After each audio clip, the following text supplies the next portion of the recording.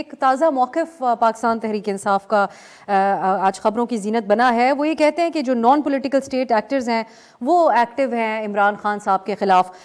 उनके रहनुमाओं की गिरफ़्तारियों का एक सिलसिला है। अली नवाज़ अवान को PTI कहती है कि वो गायब हुए थे और उसके बाद किंग्स पार्टी के ड्राइंग रूम से वो जो है वो दरियाफ़्त हुए हैं या नमूदार हुए हैं।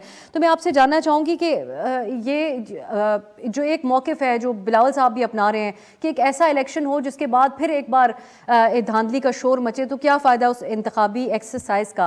आप समझते हैं कि इसके ऊपर भी एक PTI जो सवालात उठा रही है इसको भी एड्रेस किया जाना चाहिए। बेशक इसको इलेक्शन कमीशन एड्रेस करे या वो ये मामलात को अदालतों में लेके जाएं, लेकिन इस तरह तो जो भी जीतेगा उसकी जीत के ऊपर सवालिया निशान ही रहेगा, खा वो मियां नवाज शरीफ साहब ही क्यों ना हो। पाकिस्तान में कभी भी इंतखाबात के ऊपर से सवालिया निशान नहीं जाएंगे। हमें सबको इसका इदराक होना चाहिए।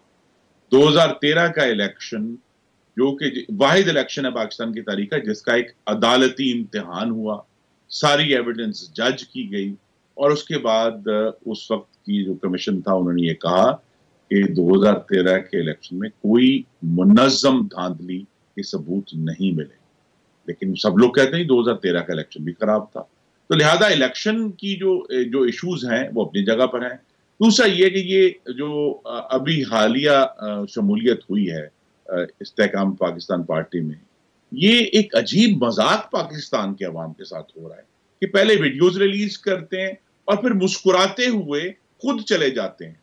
देखिए इसमें भी जो मयार है वो मुस्लिम लीग नून ने सेट कर दिया है कि 2017 के बाद से हमारे यानी हाईएस्ट लीडर से लेके दर्जनों कायदीन जेल में गए, टॉर्चर हुए, उनके ऊपर सजाए मौत के पर्चे हुए, एक शख्स ने भी रोते हुए या मुस्कुराते हुए पार्टी नहीं छोड़ी।